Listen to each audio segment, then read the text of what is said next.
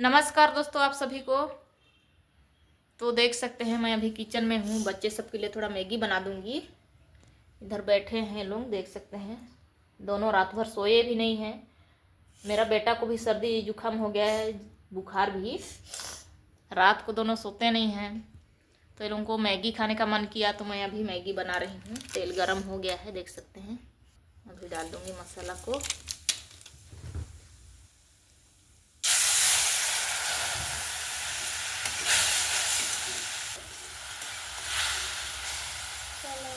इसको थोड़ा भूंज लेंगे ऐसा। अभी मैगी को डाल दिए।